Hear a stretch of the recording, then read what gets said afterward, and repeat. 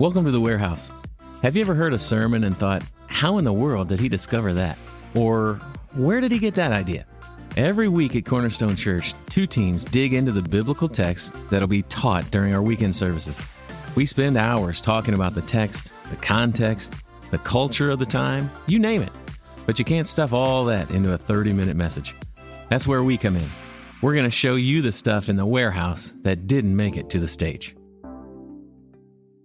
Hey, Stephanie. Hey, Jay. Hey, tell me about a book that you love. So a book that I loved or enjoyed reading. I just read a book by Ginger. I'm not even going to try to say her last name, but she was from 19 Kids and Counting On. That was on TLC. And I really enjoyed that as a kid and into my young adult years.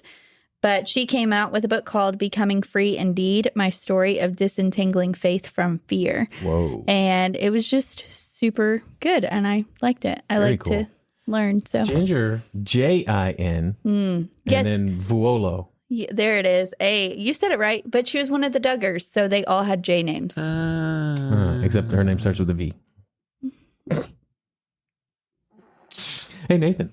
Yes. What's a book that you love? My favorite theology book is You would. Knowing God by J.I. Packer. Packer. There's something about it that really works for me. But if I'm just like sitting down just to read for fun, I read like the nerdiest fantasy stuff out there. My favorite author is Brandon Sanderson. My favorite series by him is the Stormlight Archives. Is that new? Well, it's going to be else, right? It's going to be a 10-book series. He's written the first 4 along with several novellas that go in between. Whoa. Each one is, a good 3.5 inches thick.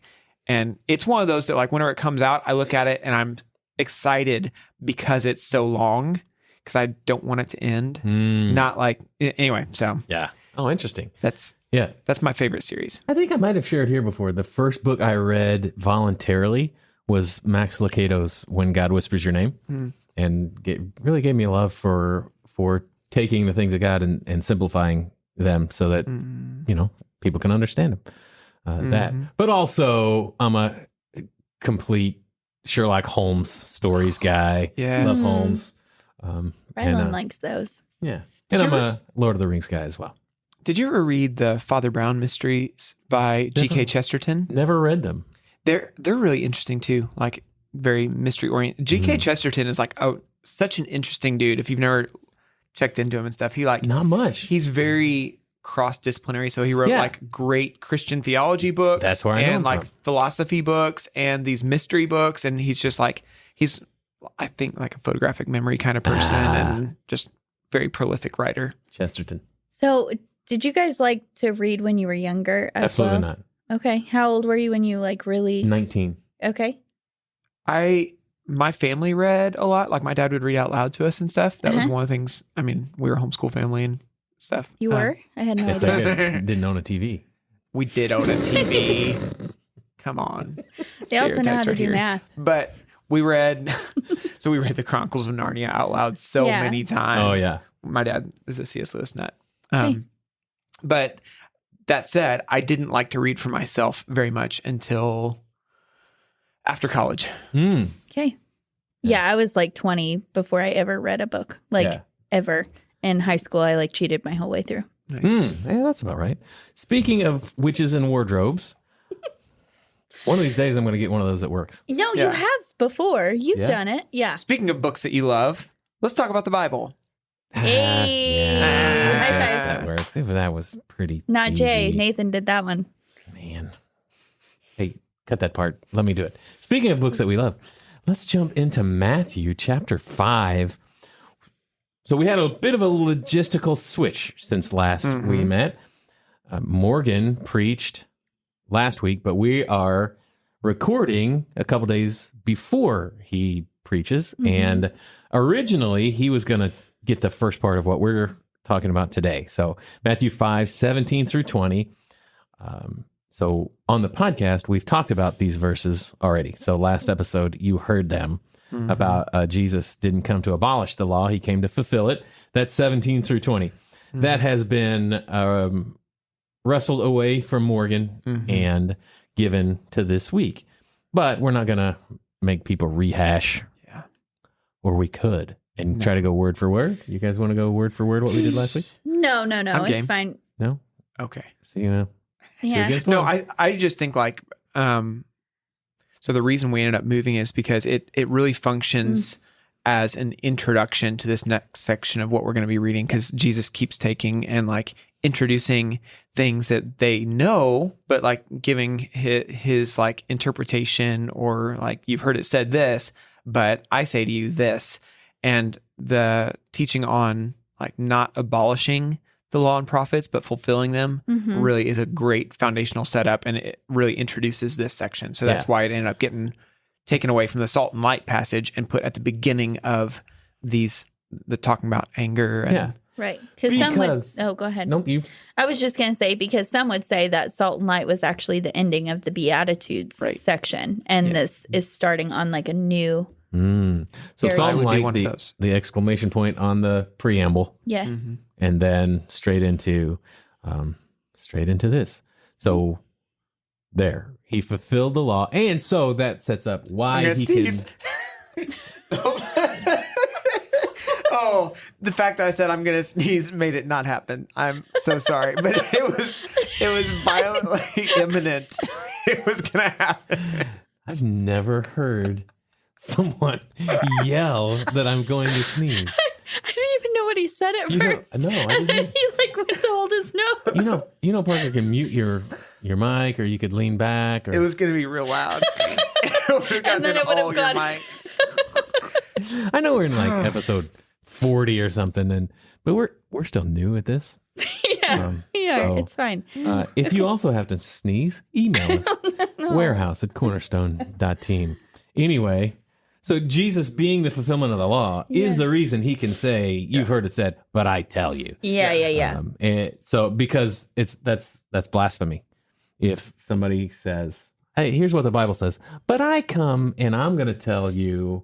Right. Well, he's not None of even us can do saying that. He's not even saying that this is what the Bible says. He's saying this is what you have heard. This is what you've heard us said. So he's not saying so much this is what the Bible says. He's talking about what the Pharisees and the scribes have been teaching them. Yes. Right? Well, but most of them are quotes from the Old Testament. Yes.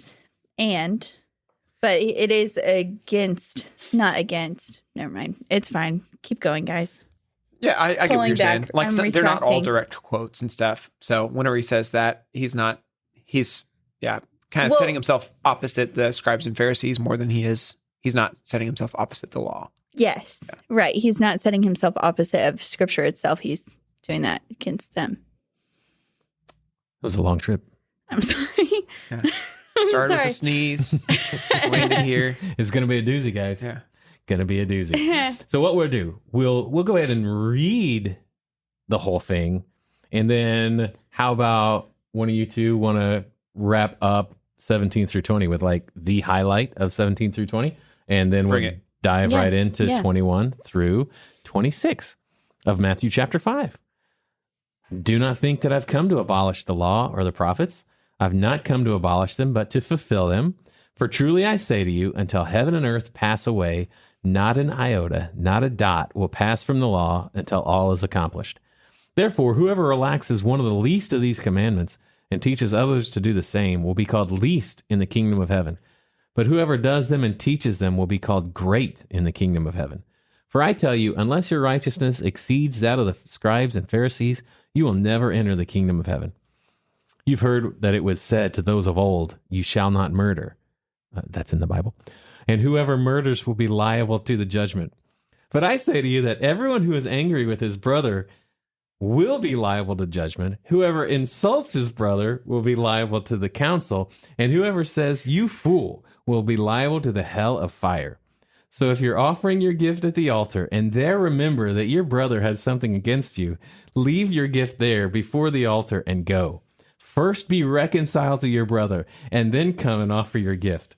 Come to terms quickly with your accuser while you are going with him to court, lest your accuser hand you over to the judge and the judge to the guard and you be put in prison.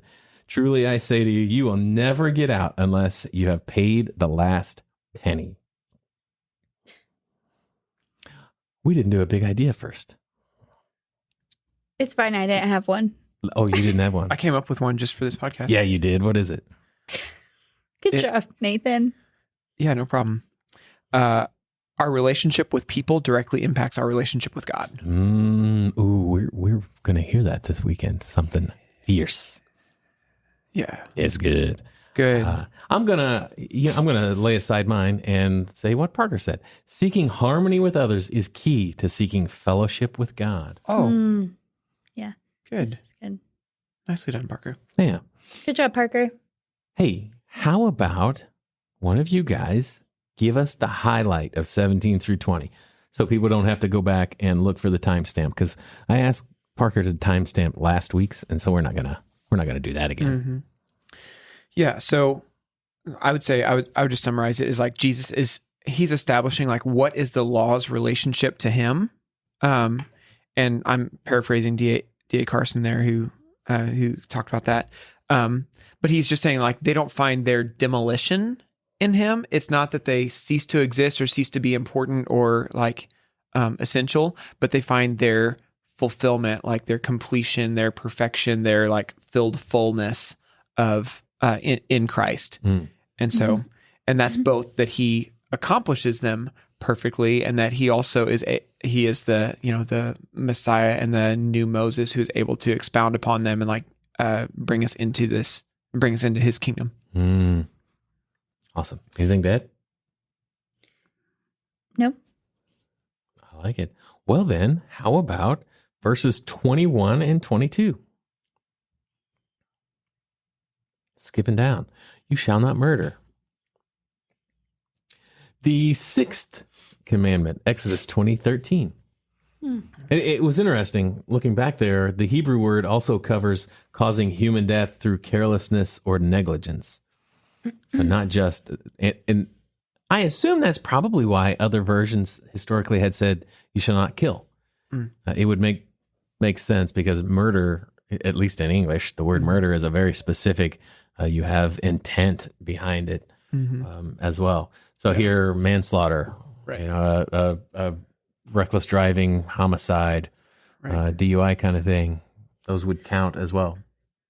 Yeah, so I'm going back to, because I do this to you all the time, but you have heard that it was said, this is the first time that this part is brought into the text. Yeah. And so he's saying here, like, you have heard that it was said to those of old, you shall not murder. But he's talking to the crowd and the people about, like, this is what you've heard. And then there's the but, which Nathan loves, but I say to you.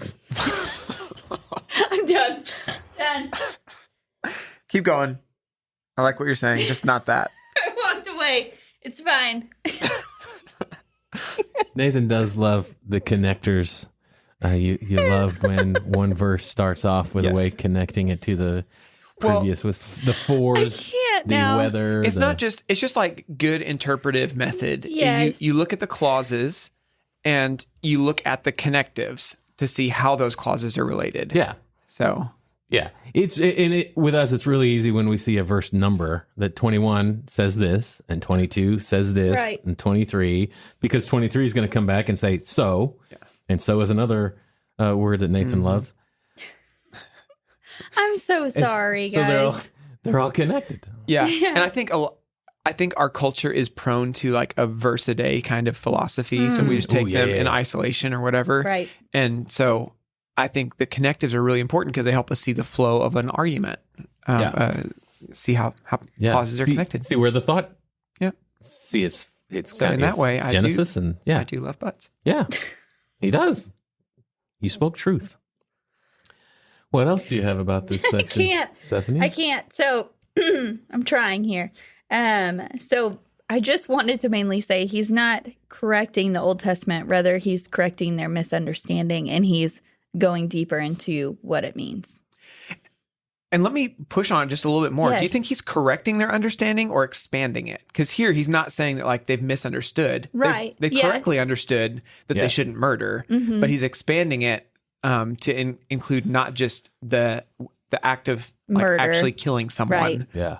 Yeah. So it's really interesting that the scribes and the Pharisees and Sadducees had kind of let people off the hook a little bit by not getting the real heart of what's going on. Yeah. And yet at the same time in Matthew 23, we're going to see that Jesus says, woe to you because you tie heavy burdens on people's necks. So they both added to the law and burdened the people and also Totally missed the heart of it. totally Yeah. missed the heart. Which I think, don't you think that ties into the part that we read from 17 through 20, where he says like, whoever relaxes one of the least of these commandments and teaches others to do the same will be called least in the kingdom of heaven. So it's funny, like the Pharisees and scribes are being very strict on like making sure that the letter of the law is kept while totally missing the heart. And by doing that, they're actually relaxing the heart of the law. Yeah. They're totally fine with you being angry. Yeah. Anyway. Right. Because it seemed like they were pretty angry at Jesus a lot of the time. Yeah. All right. Who is angry with? We had talked about. Uh-huh. Did you have something before? Oh, I was just going to say, like, I was going to ask a question about, you mentioned that the English word, or were you talking about the Greek word that murder? Murder. No, just in English, because English murder is a very like a specific word. Okay. And so why that could have been the Greek word, or I'm sorry, the Hebrew of the commandment being more than just, premeditated murder, could be why some English translations had used kill. Okay. I was just curious. I was running that through my Database. filters and stuff. As far as like, so you're saying that the way that the word would have been used in the Ten Commandments they would have understood it to be also, thou shalt not manslaughter. Well, that's what. So I think that was an ESV study Bible note. That let me get back there. That the Hebrew word also covers causing human death through carelessness or negligence. So yeah, I'm even wondering, does that mean, but they didn't have apartments back then, but a landlord whose apartment, he didn't keep up the code, and was structurally bad, that carelessness, does it go that far into that? I think and I'm just pulling up the ESV study note as well. They, like the ESV study Bible note says, premeditated murder is what's prohibited by the sixth commandment. And under the Old Testament law carried Where did I get the death penalty. The prohibition is grounded in the fact that humans are created in the image of God. Concerning unpremeditated murder, manslaughter, see notes on Deuteronomy 19.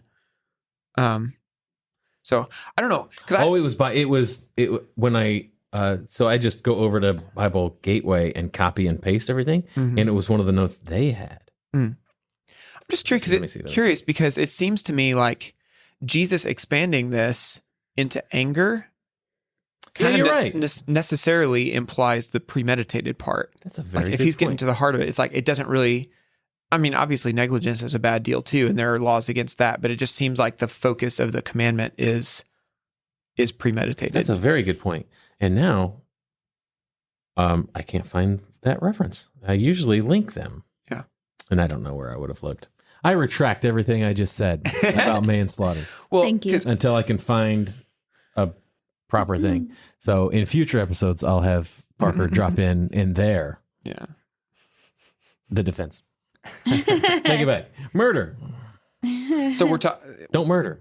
Original command is premeditated murder, not talking about military action, times of war, not even here talking about like accidental manslaughter. Yeah. But Specifically not times of war. Mm-hmm. Oh, that's a really big one to kind of throw in there. Mm-hmm. Yeah.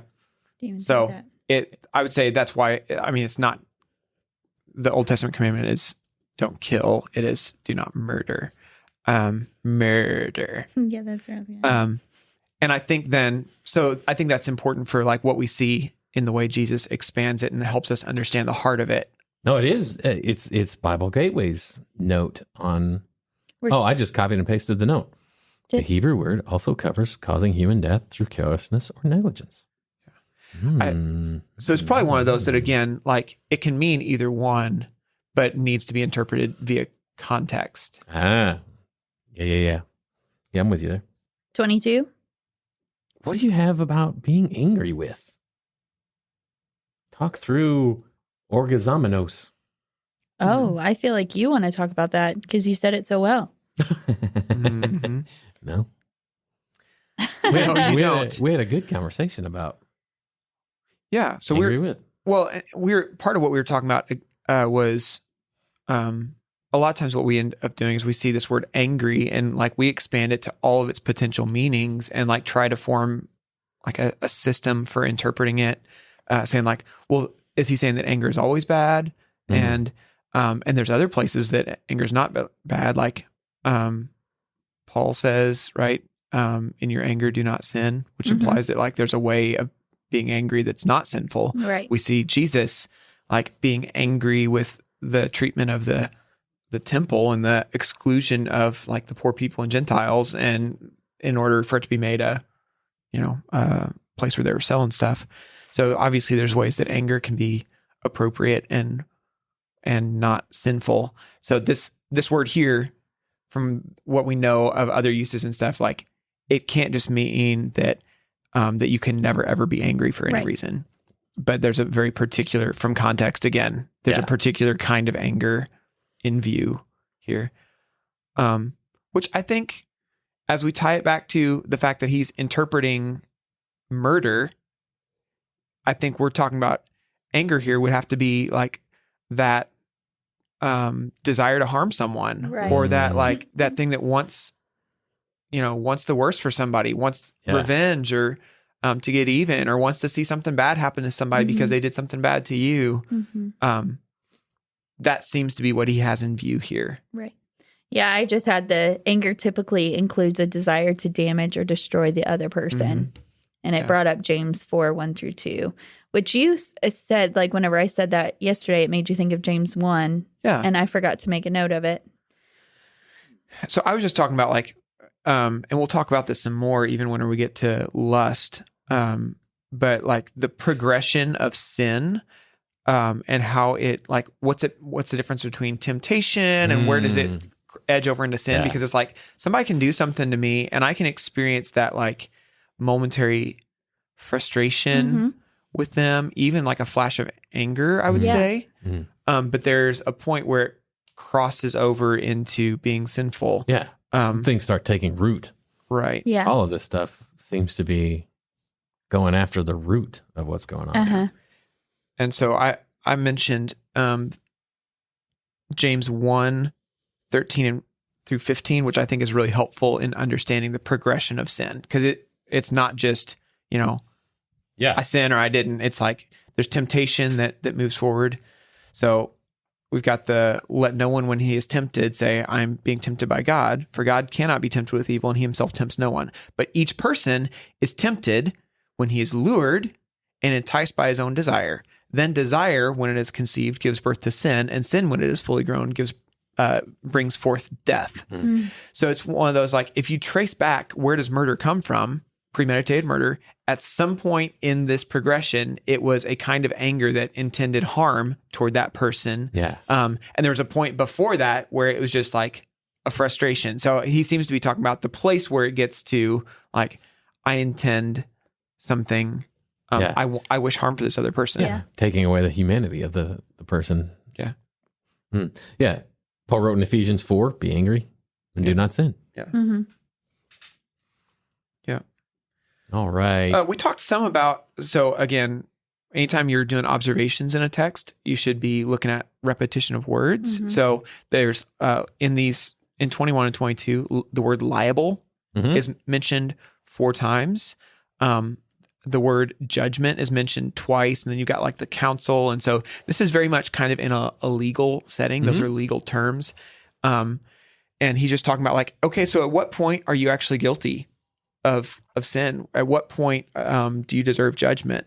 And it's not just at the point where you actually follow through with killing the person, but it's at the point that you are angry with them. Yeah. So one of the things that whenever I was reading, I saw council, and so they would have been talking about the Sanhedrin, correct?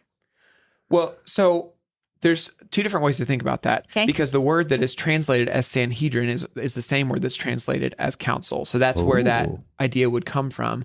But like, I read commentators also saying that like, so I saw both sides of it, that they could be talking about like earthly judgment Mhm. here that then progresses and gets to like in literary terms, this would be called a climax, where it moves from lesser to greater. So liable to judgment, which could be local, and then liable to judgment from the Sanhedrin, and then fires of hell. That would be a climax. Yeah. Or it could also be just like parallels or comparing.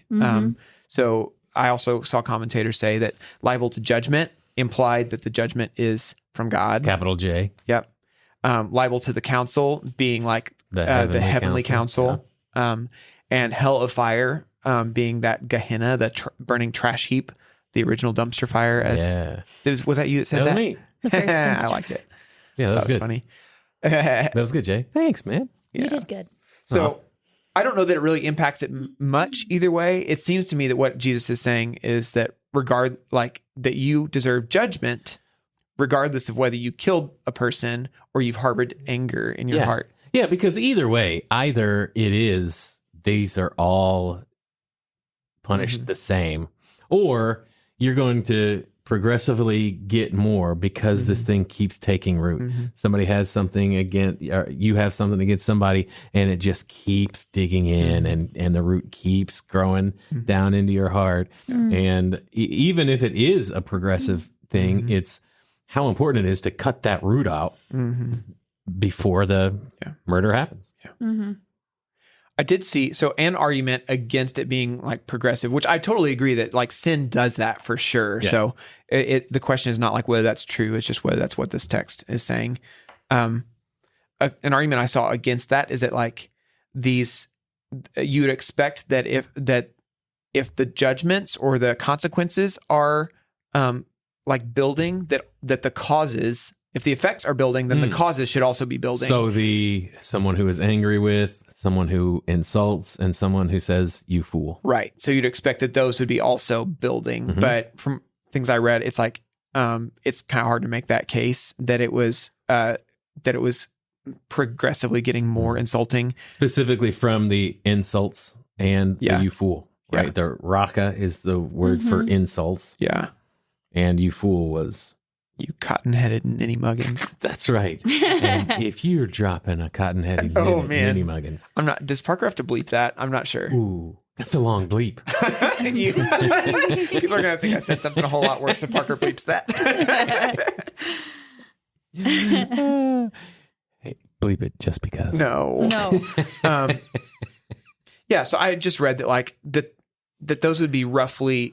Like I'd read that they would be roughly equivalent in their time, although you had seen that like it does seem to progress. So it doesn't really matter. We're just trying to see what it says. And it's a little difficult to get the context of the word translated insults, the raka, because it's only used once in the New Testament. Which makes it a Hapax legomenon.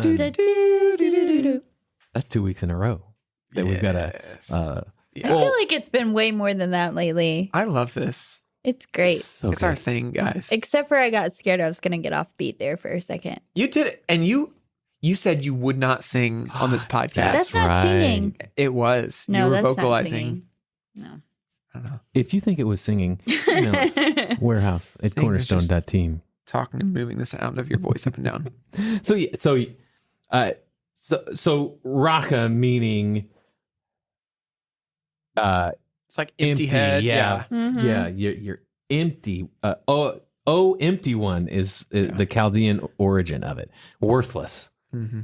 It's hard to. That almost seems like worse than you fool, right? Because you fool is kind of like basically moron, I think. Yeah, I think it's the word we get moron from. Right. Yeah, you're a blockhead. Yeah. Yeah, worthless or a blockhead. It's like, I've had a lot of people call me a blockhead. Not But- many called me worthless. right. Again, so it seems like kind of hard to make a case that those are getting progressively worse in the. Yeah. No, Jay, you're not a blockhead. Oh, no, Jay, you're not a blockhead. And Thanks.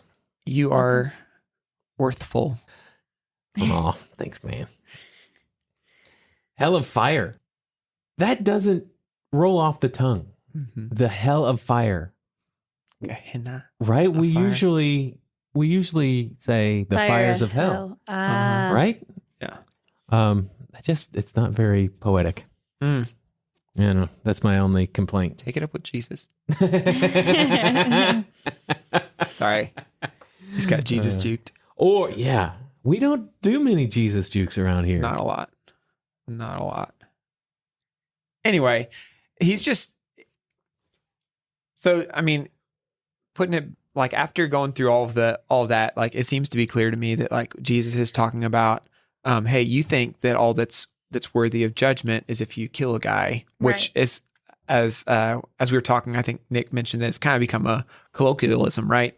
Which is a very hard word for me to say. Colloquialism. You did great. Yeah. I couldn't say it. Okay. Good job. It was better the second time. Because that's a Q in there. Yeah. Colloquialism. Yeah. You might just drop Okay. the K. No. Just keep talking about what you're talking about. Okay. That people would just say like, well, I ain't killed nobody. Yeah. Right. And that's kind of an expression of this. It's like, I mean, I haven't killed anybody. Sure, I hold a lot of bitterness in my heart. I'm walking around with unforgiveness and hatred toward other people. I like fantasize about their untimely demise. Right. Well, yeah. I've never killed that worthless fool. Yeah, exactly. Yeah. And that's a great way to say it. And he's saying like, hey, you are not only liable to the same kind of judgment, but you're liable to the hell of fire. So anyway, which is intense, right? It should cause us all to pause and say, oh goodness, like I need to do some self-reflection. Am I holding on to anything? Yeah. Yeah. Man, anything else? 21, 22? Well, how about 23 and 24? So if you're offering your gift at the altar, I've already read it. Why would I read it again? I read the whole thing already.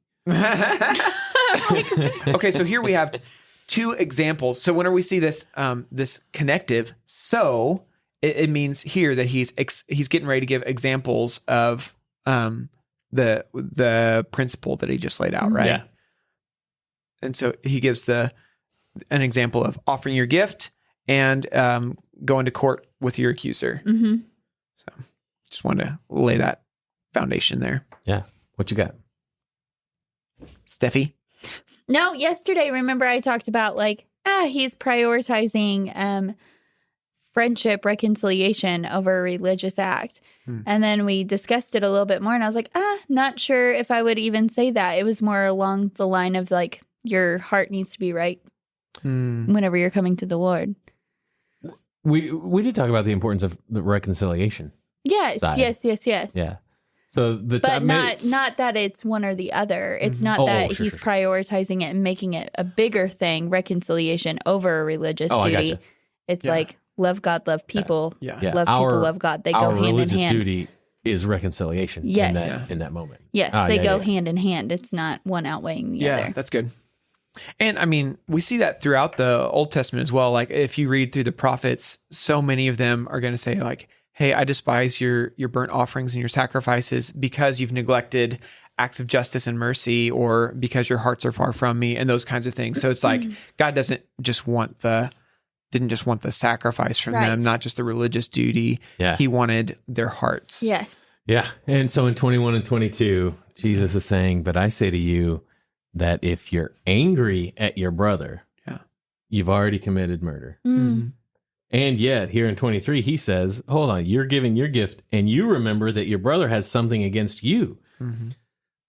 So here and there he connects it. He says so, and yet he kind of changes, not kind of, he changes the focus of who is the angry one. Yep. Yep. Which I read I was reflecting on that because it's like, why would he change it? What, like, wouldn't it be easier to go into like a Matthew 18 right here? So if you realize that someone has sinned against you, go tell them their fault. It's like, that would feel like a really natural tie, right? Yeah. Instead of holding on to anger, go talk to the person, which is still true, but that's not what he does.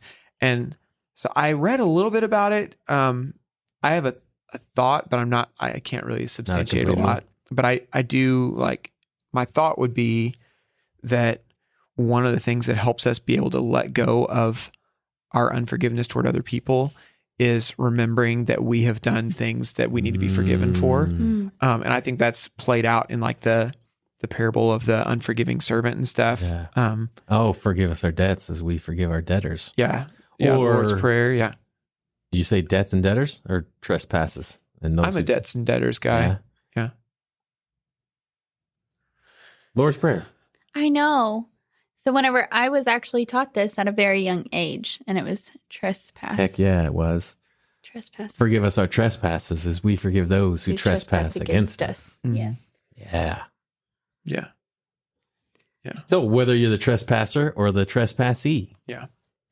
So, yeah, that's my theoretical connection to this. It kind of makes sense to me that in the same way that Jesus would say, like, if your brother sins, like first take the log out of your own eye and then go help him with the speck in his eye. So I can see that kind of thing. But even if that's not the connection, like he's saying these two are connected, and we can see obviously the theme of anger. Yeah. Yeah. So, man, so somebody's angry with us. We still have a role in helping that anger not take root, Right. helping to dig up the root of that anger Yeah. before it becomes bitterness and before it becomes a stumbling block. Well, a lot Man. of us like to point the finger and be like, well, I'm not going to apologize until they apologize to me Mhm. first, or I'm not going to them yet. And it's like, that's not what's being said here or taught. Yeah, this afternoon in Communicators, I got convicted too because there's someone who I believe, by the way they act still, that they still have some bitterness toward me. Mm. And I've tried and been rebuffed to do verse 23 and 24.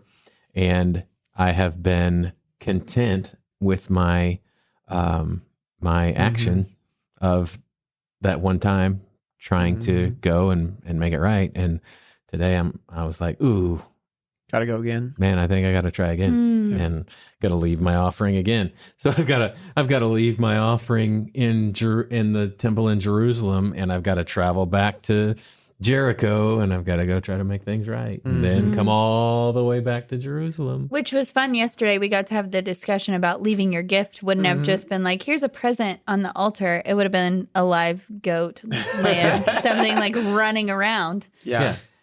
Because as we hear this thing, we're going to be in a big auditorium, Yeah. and the boxes are in the back that we can drop them in. Yeah. And we think, we don't drop our envelope in the box.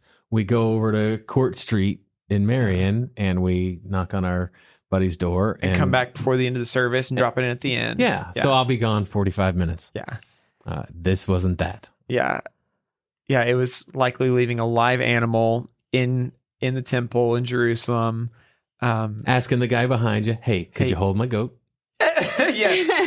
While I go, I will be back in 2 or 3 days because it's a journey. And so again, and Jesus is not like primarily being like, I don't want to rule out the possibility that he has like literal intention behind this, but I think there's also like some hyperbole here. Yeah. Like there are Yeah, other places that he's like, you should be willing to do something that is very uncomfortable and inconvenient Yes. for the sake of reconciling with your brother. Astonishing and what seems ridiculous. Yeah. Because you have to think, because that was the setting that they heard it in, of live sacrifices of animals, of traveling a half a day away. And yet they're hearing that and thinking, what are you talking about? You want me to leave and go reconcile and then come back and do my sacrifice? Mm-hmm. And so he's just getting at the urgency of it and like how you can't possibly be like right with God and wrong with people. Mm-hmm. Like they're just so inextricably linked that he's like, yeah, don't do your offering right there. Don't even say like, I'm going to do this and then go take care of it. It's like, drop it right there because you know how important your relationship with other people is. Yeah. Ooh. Just had a thought. Who were the people that were unable to give their offerings in the temple? Someone who's unclean couldn't come and do it. Are there other groups, classes? We're just kind of dropping the idea in. Unclean, somebody who is ceremonial Right. Unclean is the first person I thought of. Yeah. So in that instance, they're the only ones who would have not been giving their offering, more than likely. And so would they have, we don't know, of course, but would they have made that tithe? Like, what are you talking about? The only people, that leper outside of town is the only one that's not coming in to give his offering. And you want me to leave before I give mine and go do this thing? Gotcha. I don't know. It's crazy. Not sure. But we do see throughout like the Sermon on the Mount, he does use hyperboles a lot, like pretty big ones. Yeah. And so that is another thing. Like, how is he teaching? How is he talking to them? And what examples is he giving? Yeah. It's like he wants them to be blown away. Yeah, He like wants pay them to be- attention. he wants them to, it's almost like he wants their brows to be furrowed and their heads to be kind of shaking. Like, what are you talking about? Mm-hmm. Yeah. Which I think is, we didn't really talk a lot this time about the, unless your righteousness exceeds that of the scribes and Pharisees, you will never enter the kingdom. But that's kind of like almost the introduction to this, where it would be saying like, well, there's no way that that's going to happen. The scribes and the Pharisees are like the religious superheroes of our time. They're the Right. Billy Grahams, they're the Mother Teresas, like they're the people that we look up to. Yeah. And there's no way that we're going to exceed their righteousness. And so that's kind of the introduction to the brow furrowing part. And then as he gets into this, it's like, oh my goodness, you're saying that I'm guilty, Right. like in the same way that the murderer that's hanging on the cross Yeah. on the way out of town. Yeah. So it's not just his intro that's crazy. Yeah. It's the very message itself is just turning everything on its head It's the upside down kingdom or something. Yeah. or something. Yeah. Yeah. And again, I mean, we should probably say here that what he's not just absolutely equating anger and murder. So it's not like, well, if you've been angry with someone, you might as well Right. go kill them. Right. Like there's definitely, obviously, a different level of consequences and stuff. But as far as being liable to judgment from God, like you are also liable for judgment and liable to judgment because of your anger, not just for murder. So. Man. 23, 24, good? Yep. Man, 25 and 26. Come to terms quickly with your accuser. I really didn't have much for these two verses, so Yeah. all you two. Yeah, Parker had a really good point yesterday about the accuser and Jesus saying, so he's taught 23 and 24, he's talking about the one who is the person is angry at, the focus of the anger. And Jesus is still telling that person, come to terms quickly with your accuser, come to terms quickly with the one who is angry at you while you're going with him to court. Bringing in another legal term, lest your accuser hand you over to the judge and the judge to the guard and you be put in prison. Those aren't things that happen to innocent people. Right. Those are things that happen to a guilty person. Yeah. I really like that point that if somebody's angry with you, go take care of it quickly because more than likely there's a legitimate reason. Yeah. So, we could talk for hours about somebody who might not be legitimately angry. Right. Sure. But at the same time, even if there's a miscommunication or confusion about an action, if somebody's angry with you, try and go make it right. Yeah. Man, that hit me pretty hard yesterday. And it seems, I hadn't really thought about this a lot, but this seems to be kind of like two different phases in the progression of an offense, right? So like first it's like, oh, hey, I think they're upset with me. Yeah. I need to go talk with them versus like, I'm on my way to court with you and I know you're right. So that's like the last part of like where this goes. And regardless of where you're at in this process of like having offended someone, make it right. Yeah. Yeah. So the highlight of 25 and 26 is come to terms quickly. Quickly. You realize somebody's got something. Yeah. Leave your goat, leave your sheep, and get there and reconcile. Which practically is a hard thing to do. Man, it's rough. What else? 25, 26. Just a question. Did you just like put the two together as one? So I viewed it as like 23 and 24 as one example, the context of like, I'm offering a gift. And then I saw this as a second Separate? Yeah. thing down here. So it's not tied into, so I didn't see it as a continuation. I thought it was a second example. Because there wasn't a for or a so or a but. Right. Well, and just like your accuser versus your brother that has something against you, and while you're going to court versus in the temple worshiping, like two different settings. Mm-hmm. So I saw it as like two examples of this principle. Yeah. Like That's how you're worshiping. Carson puts it. How Is would- two different examples as So, well. so practically, how are they different? One is illegal and Oh, like. Oh, sorry. Go I know. ahead. I mean, I know how. Oh. I know how Oh. court. I know how court and church are different. How? Though I've had church in court, and sometimes court and church. Those business meetings, man. So yeah, like Not here. Prac- Business meetings here are practically- great. practically, how are they different? I An think, accuser has something against you. yeah. I think, again, it's like phases in this offense journey, right? So it's like if you realize early on Mhm. in the process, before anything's come of it, but it just occurs to you, well, like not that there's a pending lawsuit or something like that, but you realize early on that you've offended your brother, go talk with them. Yeah. Even if you're on the way to court, you know that you're guilty, and you're just like, you could just wait for the verdict to come down, but like instead you choose even on the way to court Yeah. So to make it right. So 23 and 24, you're offering your gift at the altar, and there you remembered your brother had something against you, but you didn't do anything. Right. You stayed, you gave, and then you went back home.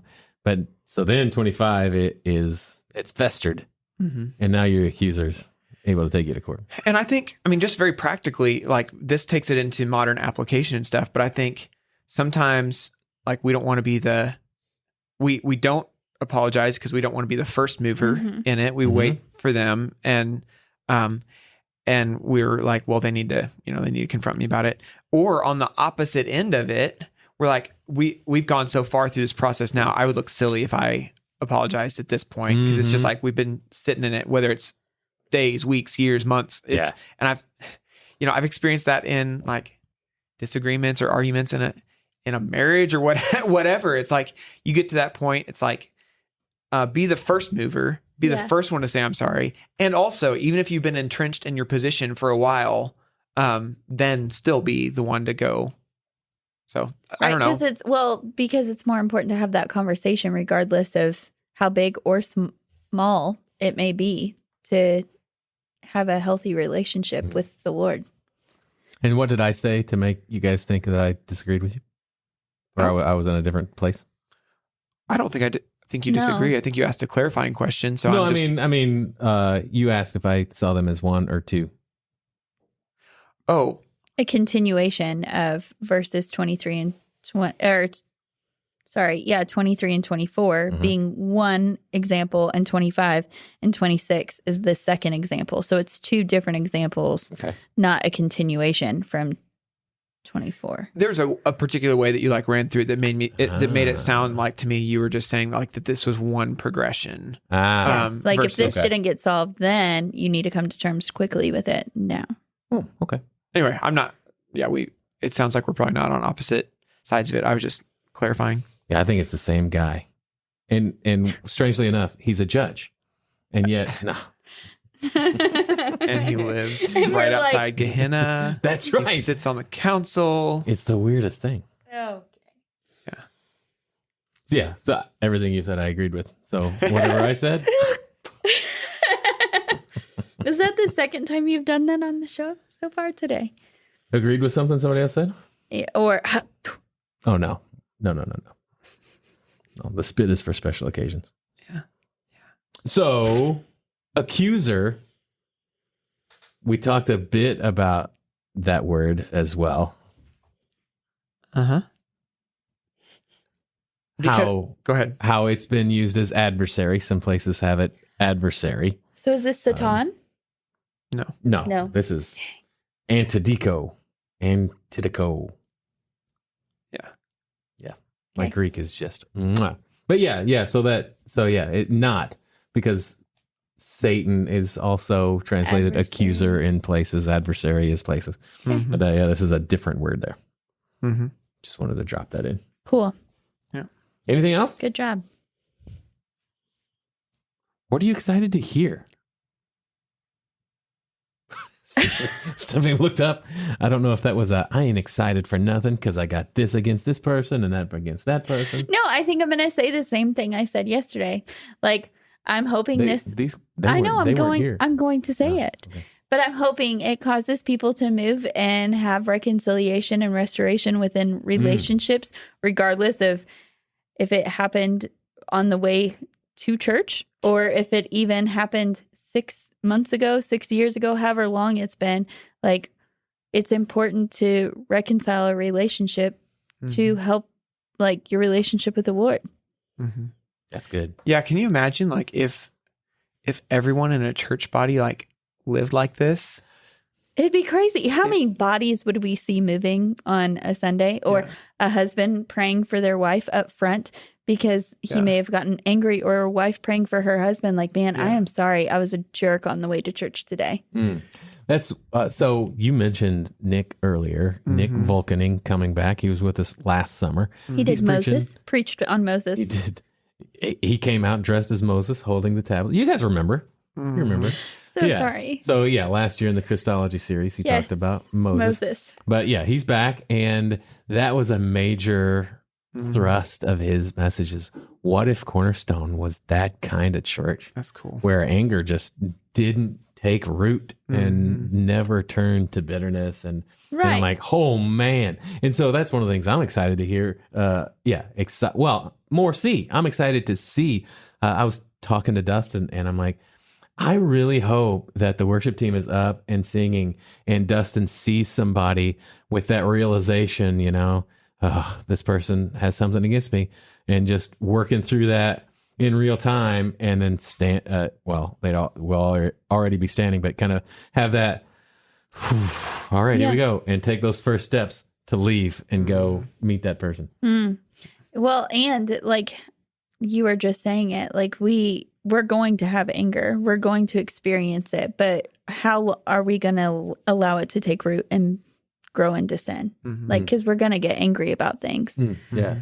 And how do we keep that from happening? How do we Right. keep those roots from starting? Yeah. And man, part of it, I think, is us remembering that the one we have trespassed against has already forgiven us. Yeah, that's so good. That's good. Anything else, guys?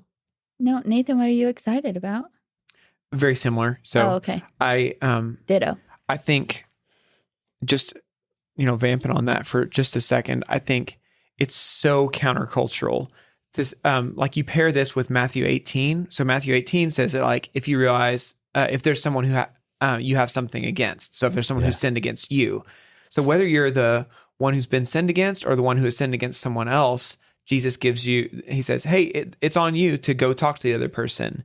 I'm like, that's so opposite of the way like we naturally in our sinful flesh want to approach stuff. Yeah. Because our natural bent is always, well, they need to come talk to me. Right. Yeah. That's a pride issue. Yeah. We get entrenched and Yeah. wait for them to come Yeah. on both sides. And when Jesus is doing just what you said, say, yep, both sides start walking. Yeah. And hopefully we'll meet in the middle.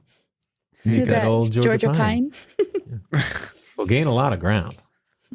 I don't know this song. Well, all What? right then. How do I know a song and you don't? I feel like this never happens. If you know the song, guys, send us a voice memo. No, I would love that. People need to Cornerstone. sing for us. Warehouse@cornerstone.team. Anything else? No. Well, all right, guys. Thanks so much for joining us. This is going to be a good one. We will see you next time. We got a doozy next time, too. So, man, be ready. But thanks. Tell a friend about us. We always like hearing from you, too. Warehouse@cornerstone.team. And we'll see you on the flip side. Until then, the warehouse is It's closed. I wanted to say it. Say bye, Nathan. Closed. Closed.